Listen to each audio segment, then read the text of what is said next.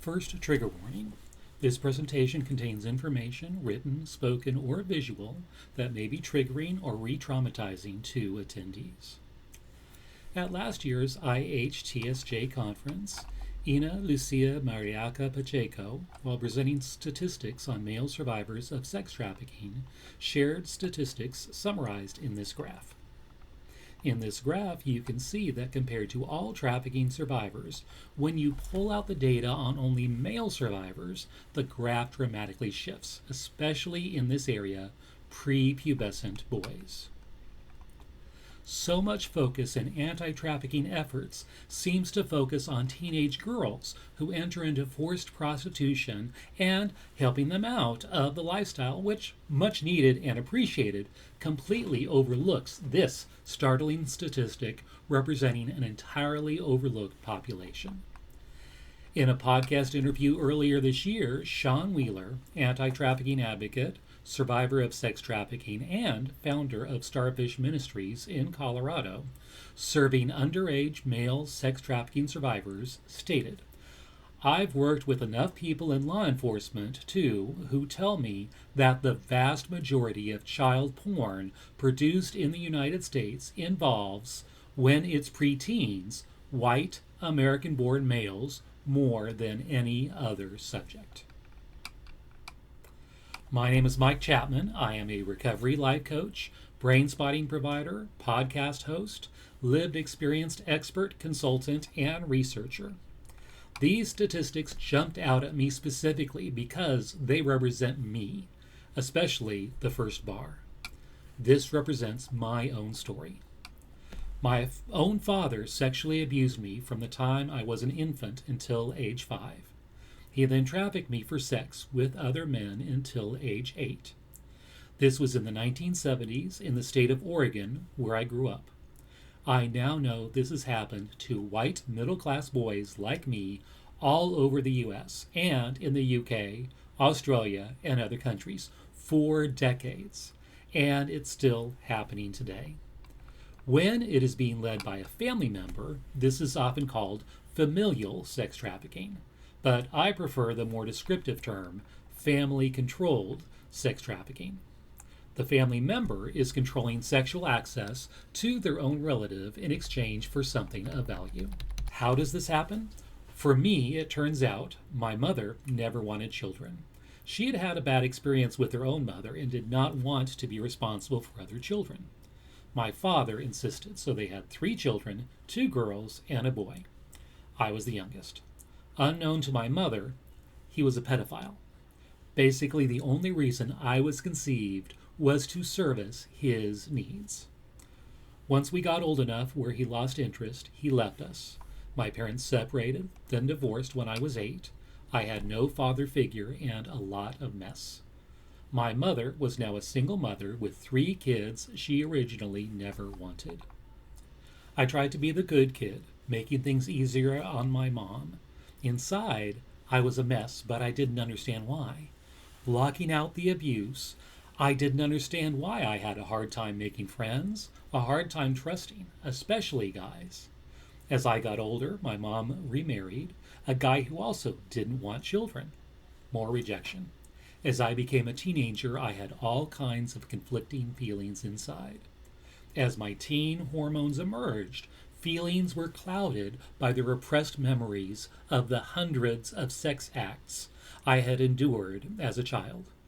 I wanted relationships with girls, but was haunted by thoughts of physical contact with men. I had a lot of confusion. I wanted intimacy, but was afraid of it as well. Boy-girl relationships scared me. When they became too physical, I would retreat, never wanting things to progress too far. My family never went to church, ever. My grandparents were very religious from a legalistic church. They sometimes brought us kids to Sunday school when we were little. They talked about God the Father, and that concept was foreign to me, but I believed in God.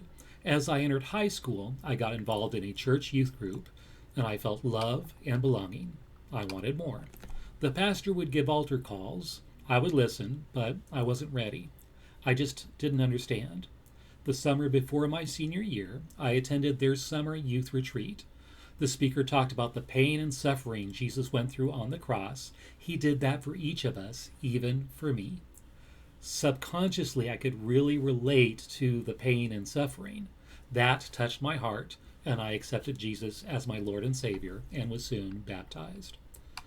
When I was a young man in college, age 20, but looked like 16, I was a late bloomer, a Methodist minister at the church I was attending took an interest in me. I was flattered. I loved to get attention from a man I very much admired. Apparently, he was actually a pedophile and liked teenage boys. He came to my college apartment for a social visit. I lived alone at the time. Things led to him touching me in places he shouldn't. Something deep inside of me knew I had to stop him. I got him to stop, and he left. I eventually was able to confront him 2 years later through his church leadership, but he basically got a wrist slap. He was near retirement age, and a mild warning to his local church that he needed to stay away from teens and children. As I got older, those confused feelings got worse, but Father God was there, guiding me through it, revealing bit by bit the causes so I could receive healing. After college, I moved away from my home state of Oregon to the Washington, D.C. area. I got married and had 2 wonderful children and moved to eastern North Carolina. God used my children too. Every time I would discipline or show love to my children, Father God would remind me, that is how I am with you. I started seeking therapeutic support groups for what happened in college and the unwanted same-sex attractions I had experienced since puberty. Through the support groups and reading different testimonies of those with similar issues, I realized I was a victim of sexual abuse as a young child. Age 3, memories I had blocked out. This is a picture of me at age 3. Additional support groups and church-related counseling helped me fill in the blanks. I also got confirmation that my own father had similarly sexually abused several extended family members when they were children. This filled in the blanks. He was the person who abused me. Therapy has uncovered more of exactly what happened. My father would get Mom drunk so she would pass out and not know what was going on. He would then proceed to molest me. This happened multiple times, multiple nights, dozens, perhaps hundreds of times. I was not his only victim. As I mentioned, he did the same thing to those extended family members when they were little. He may have done it to my 2 older sisters, I do not know. One of my sisters passed away, and my surviving sister has almost no memories from childhood whatsoever. Since this uncovering, I've attended survivor support groups and professional therapy. I have come a long way in my road to healing, including being over 7 years free from pornography addiction. I have been married to a great woman for 35 years this month, and my 2 children are in their late 20s, early 30s, graduated from college, and are starting their careers.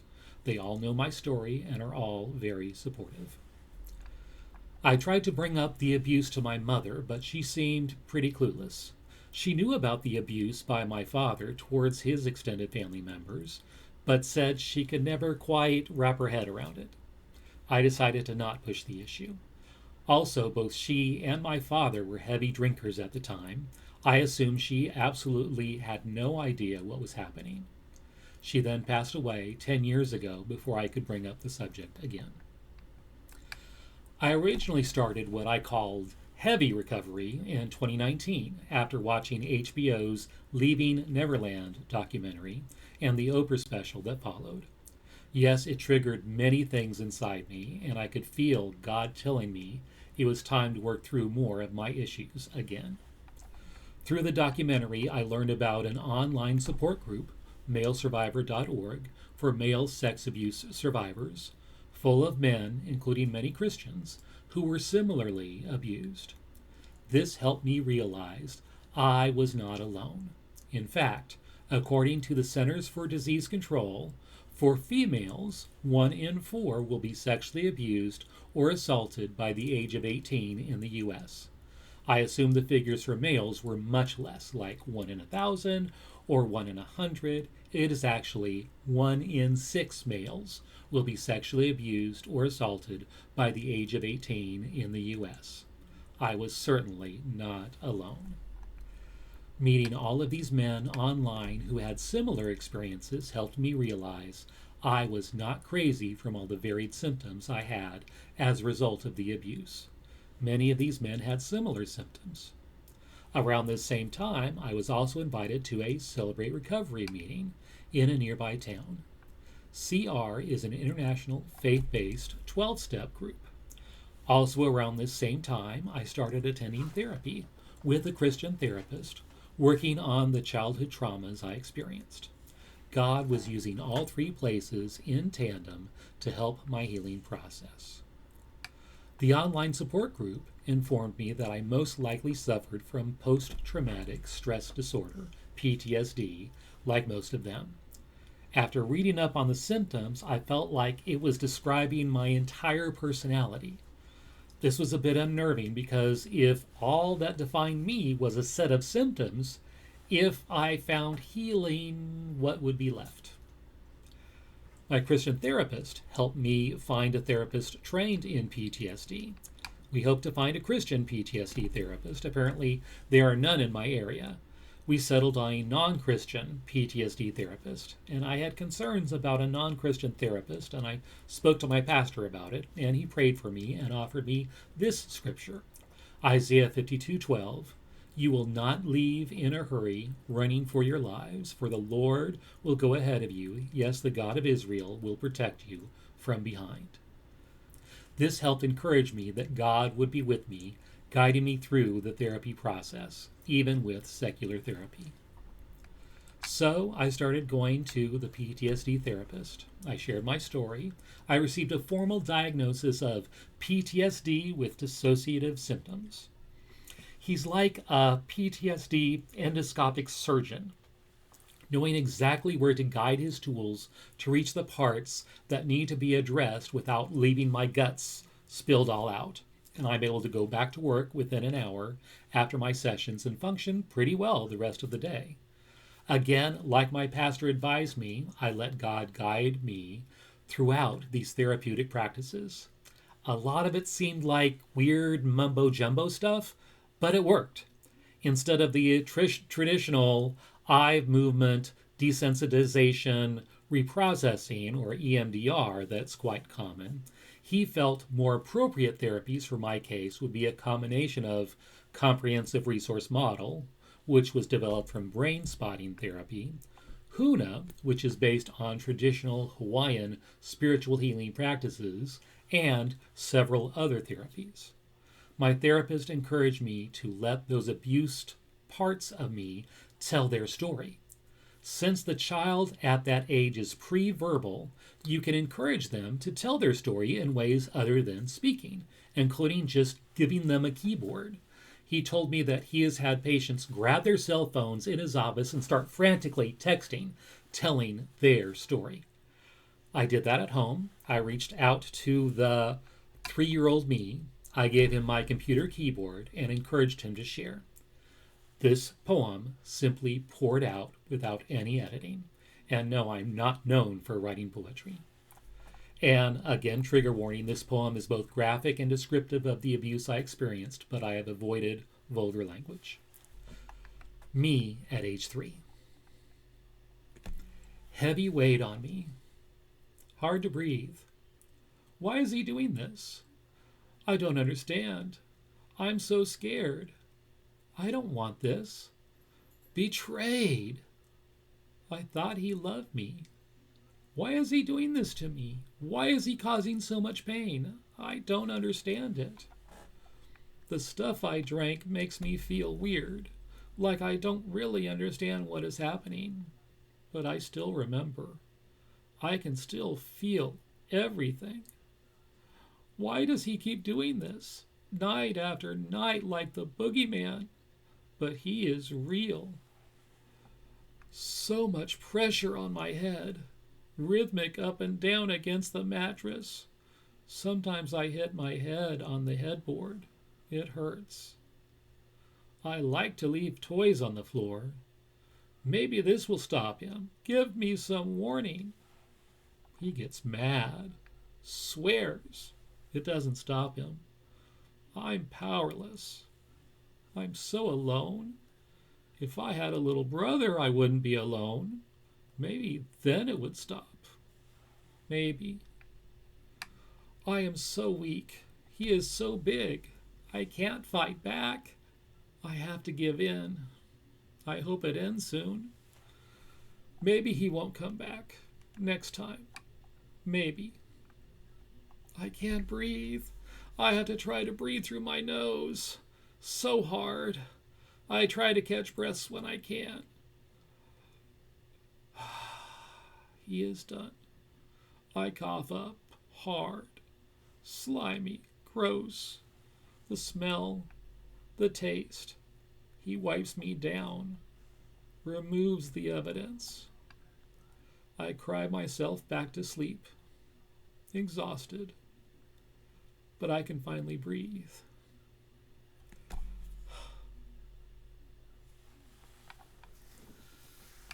Around this same time, after sharing some half memories from my childhood with the online support group, we were able to deduce that I was also trafficked by my father to other men.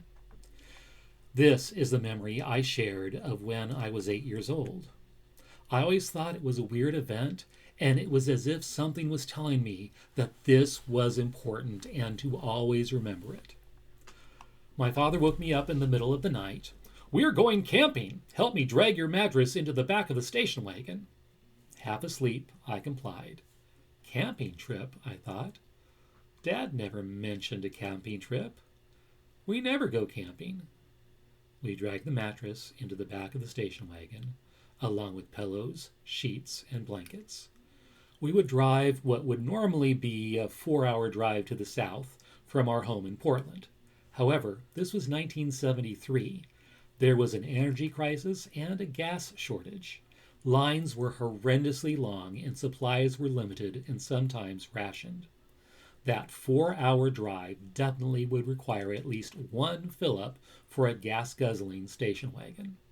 Whatever sedative I was given completely wore off, and I was wide awake, fully aware that our so-called camping trip was sidelined by gas lines. I think my father did not plan for this and had no backup plan for a second sedative. We eventually arrived at our destination, Crescent Lake Campground. I had never heard of it. Lots of campgrounds around the greater Portland metro area, but this was on the other side of the state. It seemed there were more dads than sons, more men than boys. It seems that 2 other boys had the same issue. They awoke too early. One was about my age, a little shorter, with deep-set eyes. Looking back, I believe it was the look of an abuse survivor, something that was familiar to me. The other boy was about a year older. He seemed angry underneath, like he knew what was going on, but was sworn not to tell. I don't remember their names. We were told that we 3 had to stick together and to stay away from the main lodge. There was a very large boulder several yards away from the lodge. "Don't come past this boulder. You 3 go play around the lake, but don't get wet. We will bring you your lunch." So we played as boys do, exploring the woods around the lake. And that was it. That was camping with my dad. I now realize that the dads were continuing their orgy with all the boys that were still sedated. We 3 were a liability, too awake to remember faces and events that, if we told anyone, could destroy what they had built. We've been able to deduce that because of the unsuccessful nature of the event and the fact that I was aging out from the age preferences of this group, this was probably the final trafficking event I was ever brought to. My father then divorced my mother soon after. I have now come to understand what happens at these sexual exploitation events, often called boy swap events. Men who are invited can either come alone for a fee or bring a sedated boy with them for a reduced fee. It is then a free-for-all where they can do what they wish to as many boys as they wish. Most of us boys were not 100% sedated, but sedated to the point of a zombie-like state where we could respond to commands but no longer had any sense of self or free will. This would allow the men to not only manipulate us into performing sex acts with them, but also to performing sex acts on each other. These abusive acts were also then documented by still photography and film, producing what we now call CSAM, child sexual abuse materials, more commonly referred to as child pornography. These materials would be even more profitable than the fees paid to attend the events, making these events quite profitable for the organizers. Many of these events were organized by groups such as NAMBLA, the North American Man-Boy Love Association, a political, civil rights, and educational organization that advocates and promotes adult sexual behavior with male children, and the Rene Guyon Society, whose infamous motto was "Sex before 8 or it is too late."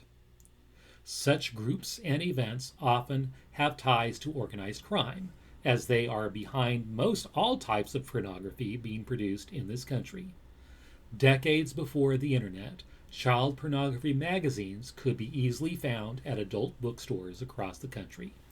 Classified ads in the back of these magazines would advertise NAMBLA and similar meetings, which would then share locations of these boy swap events.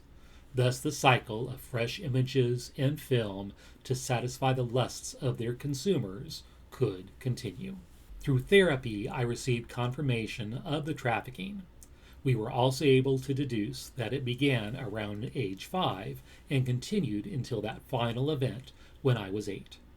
This also explains the memory gap I have had of my first grade year in school. This is me at age 6 during the time of this trafficking abuse.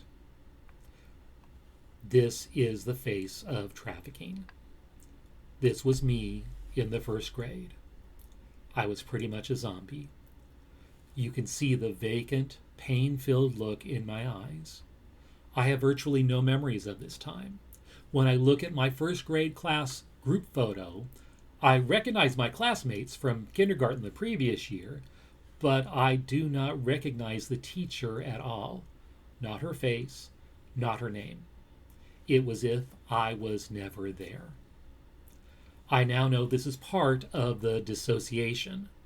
When faced with severe trauma, the mind experiences a break and isolates the main identity to protect it, to allow it to continue to live and breathe, blocking out the trauma. When the trauma becomes so severe and repeated, the isolation is frozen in place. This explains why I literally checked out that entire year. This past year, I was able to attend an art therapy retreat with other trafficking survivors. The different tools and media were all ready to go at our tables, and before they could even begin with directions, many of us simply started creating. I started with a canvas and started painting my memories. It was like that little wounded boy inside of me took over and shared what he needed to share. This is the end result, entitled Fear/Void. This encapsulated what I experienced during the downtime during such events. In this painting, there is a campfire in the woods. 4 dark, shadowy figures are behind the flames. On the lower left is a small, gray figure in a fetal position. This is me. My hands and feet are bound. I'm on the dirt next to the fire. I'm blindfolded. But this is what I remember from sense memory. Smells, sounds, tastes, touch. And if you notice, there's an empty space on the right side of the fire. After studying the picture, I realized there's a second boy that is present, also bound and silent, which is why I didn't notice his presence right away.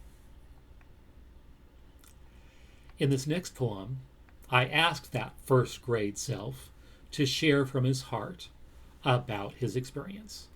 This poem is the result. Being trafficked in first grade. Such confusion, darkness, dizziness, sometimes outside near a fire, too hot, sometimes in a building on a cement cold floor.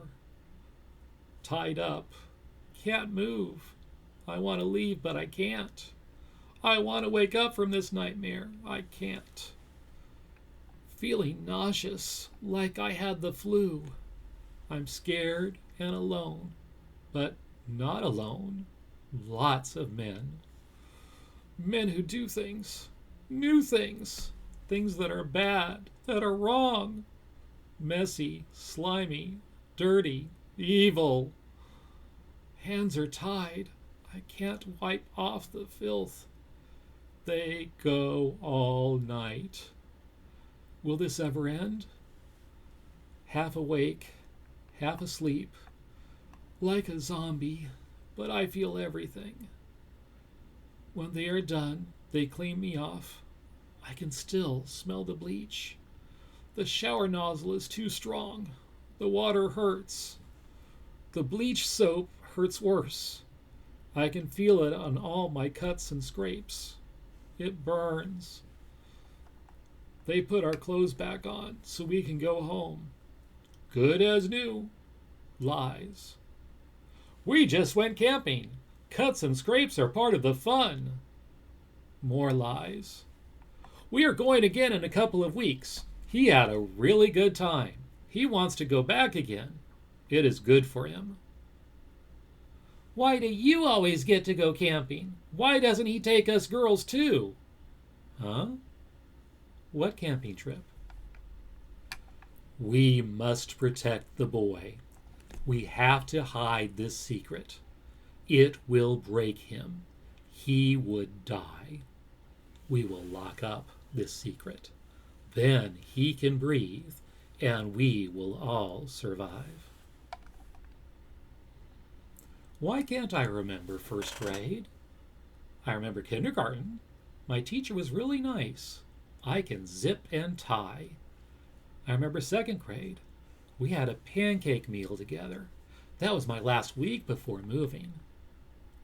I can't remember first grade. Oh well, it must not be important.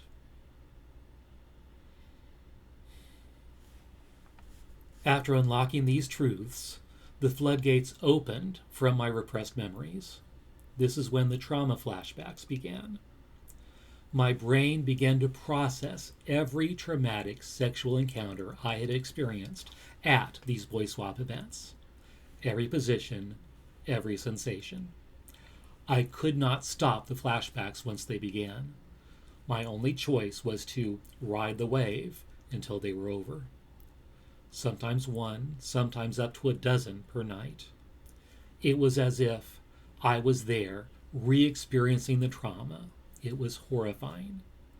But I realize now my mind had to do a memory dump in order to fully heal. After several months, they stopped and have not returned. I processed enough where the flashbacks were no longer necessary.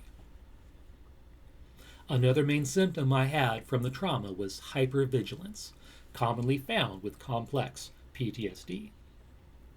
Hypervigilance is defined as a condition in which the nervous system is inaccurately and rapidly filtering sensory information and the individual is in an enhanced state of sensory sensitivity. This appears to be linked to a dysregulated nervous system, which can often be caused by traumatic events or complex PTSD.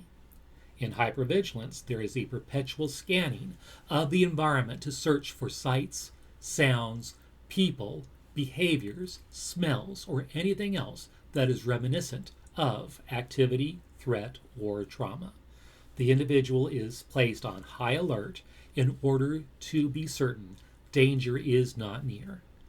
Hypervigilance can lead to a variety of obsessive behavior patterns, as well as producing difficulties with social interaction and relationships. So basically, hypervigilance would cause my brain to be on constant high alert, constantly scanning my environment to figure out how to keep me safe. Where are the exits? What time is it? When will I be allowed to leave? Who is present? Who's missing? Who is in power? How can I get on their good side? How can I get them to like me? Which is another trauma response called fawning. All of this constantly churning in the back of my head, trying to keep me safe, trying to keep me alive. This is why many survivors with these trauma responses, including myself, get misdiagnosed with traditional attention deficit disorder.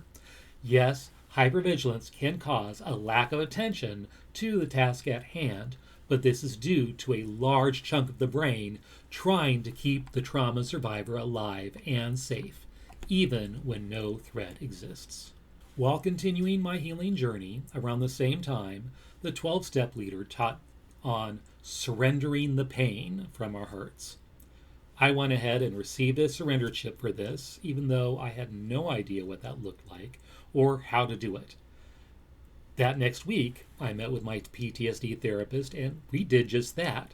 Severed the unhealthy ties to the abuser, my father, which allowed me to surrender the pain I had been holding on to.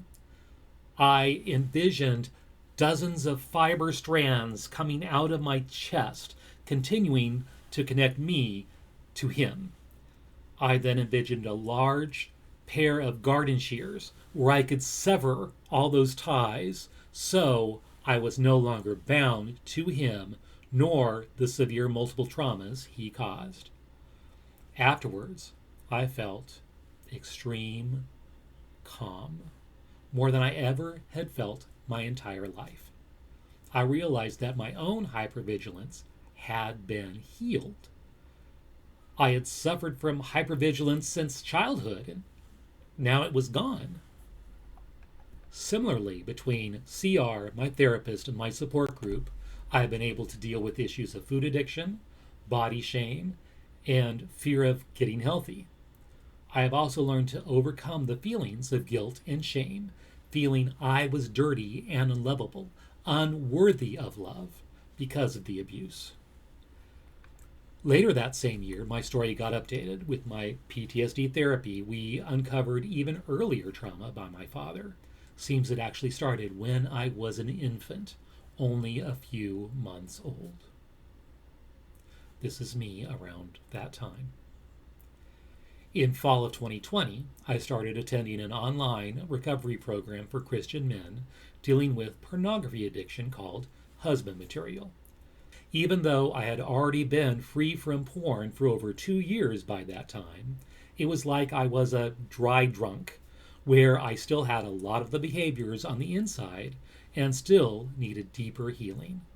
HM has challenged me to go deeper, looking at the reasons why I have so many issues with my own sexuality, and digging down to get at those roots, many caused by the abuse, so that God's healing light can shine through.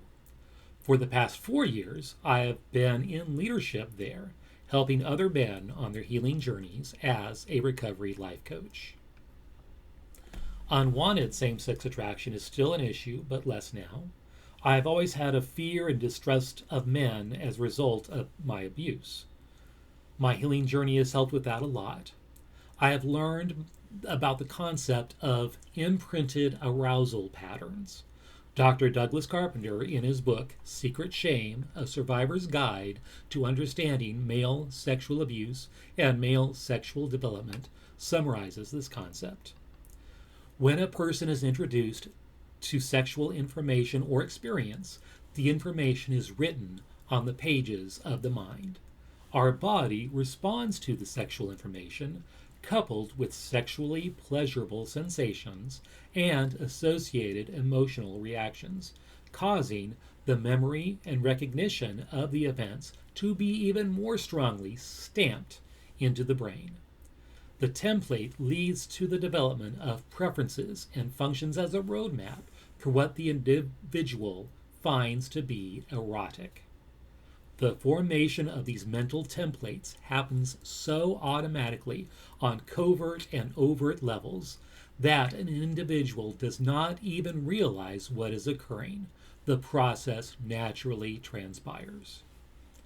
This explains why, since puberty, I not only had a fascination with male sexual intimacy, but also with bondage.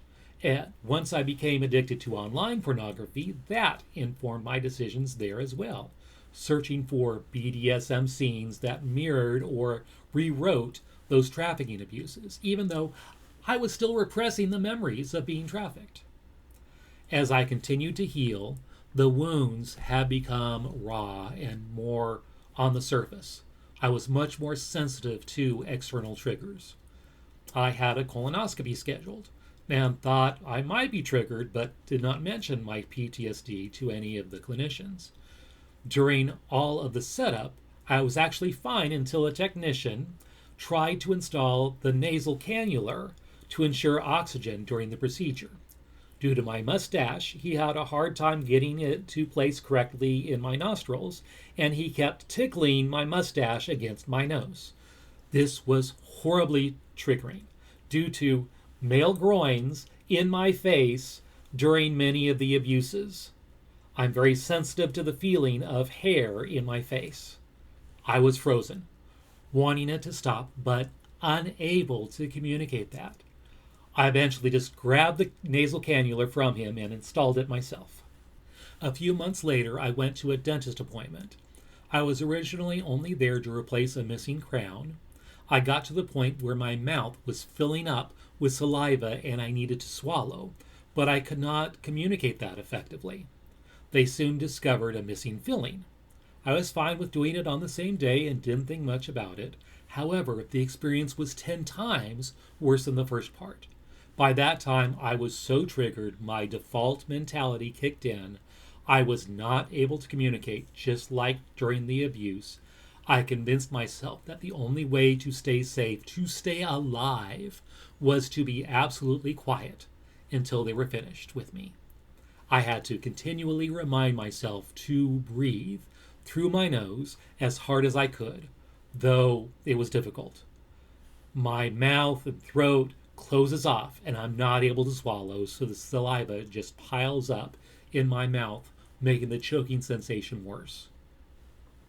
After it was over, I was spent. So much of the experience paralleled the trafficking abuse. I then realized I need to communicate ahead of time that I do have PTSD and that I can be easily triggered. So I realized I had to disclose my PTSD status to the staff there for future appointments, something I didn't want to do. However, God was telling me it's okay to not be okay, and to ask for help when needed. This is not a sign of weakness, but a sign of strength. I also know that once triggered, I become completely compliant. I ended up developing a code word system to better communicate my needs. If asked, "Are you okay?" my default answer is yes, regardless of the truth. I may be very not okay, but the compliance tells me to do and say whatever is needed to not make things worse, just to survive the trauma. What I now do instead is I set up a multi-syllable word like pineapple at the beginning of the appointment. Instead of saying, "Are you okay?" the clinician asks, "If you're okay, say the code word." I then respond with the code word, multi-syllable, since once my mouth is filled with all the clutter, they either get the mumbles that are close to the cadence of that word, ma ma ma, or they get something else, or simply silence, either of which would be a negative response. I have them continue to check in regularly. This also keeps me present instead of dissociating. It worked well, and I feel very cared for during such appointments. In therapy, I was given the following affirmation that I made into a sign that hangs in my office to remind me of this truth, how I now know that God sees me and how I need to see myself. It is a picture of a lion, and it says, "I am beautiful, I am strong, I am worthy." With this newfound healing, I have taken on several new roles. As I previously mentioned, I serve in leadership with Husband Material Ministries. I also provide recovery life coaching to male survivors of sexual exploitation with Polar Life Consulting. I host my own podcast on male sexual exploitation called Healing for Male Survivors with Mike Chapman, where I often interview male survivors of sexual abuse and sex trafficking, holding space for those men to tell their stories and share their healing journey, inspiring other men to find their own paths towards healing. 75 episodes and counting, with over 5,000 downloads so far. I am also part of a speakers bureau with Survivor Network North Carolina, a survivor-led organization that helps trafficking survivors find training and support. They also coordinate speaking engagements where we can share our stories and accompanying statistics to inform and educate professionals serving these populations on how best to meet the varied needs of this population. I am also a volunteer research associate with GATS, the Global Association of Human Trafficking Scholars, and have assisted in a major research project conducted this past year on trafficking survivor leaders and their unique, often unmet needs while doing anti-trafficking work, and how they can be better supported. I will be co-presenting the preliminary findings of this research on Thursday morning, first session. I have also become a part-time professional Santa Claus portrayal artist for malls, retail, corporate, family, in-person visits, and video visits. This feeds the needs of my inner child and allows me to spread joy to children and families, giving me joy in return. With all the support I have found, I know I do not need to feel shame or guilt because of what happened to me, and can continue to grow into the strong, beautiful, and supportive man I was destined to be. I am now finding different ways of sharing with others my story through my podcast and elsewhere, letting other male sexual exploitation survivors know that help and healing are available. You are not alone, and the abuse was not your fault. Male trafficking survivors need your help. Efforts need to be made to help identify male victims of boy swap trafficking, many not even fully understanding what happened to them or even having the vocabulary to realize that what they experienced was indeed sex trafficking. So many programs, whether public-based or from non-government organizations, don't even consider males as a demographic at all. Several of the men I've interviewed for my podcast have tried to get help from anti-trafficking organizations only to be turned away because of their gender. Many of the services that are offered to female victims can also be offered to male victims with very little adjustment needed. In addition, programs are needed for those of us who were trafficked as children, blocked out the memories due to trauma, sedation, or both, and are not able to even process the trauma until decades later. Public institutions such as law enforcement, prison, and mental health facilities need to develop programs for these victims who may often act out from the wounds they experienced even before the memories start to surface. Teenage boys who find themselves in active prostitution need to be seen as victims just as much as their female counterparts. They are also being trafficked by someone in power over them. They need assistance, not incarceration. Also, those from family-controlled trafficking, controlled by both male and female family members, need to be included when considering the needs of survivors. Having protocols in place to identify and understand the unique needs of this population is critical. Too many officials end up bringing the victims back to their families, thinking they are safe, when it is the family members themselves who are also the traffickers. Male trafficking survivors need your help. Do not forget about us. Thank you for letting me share.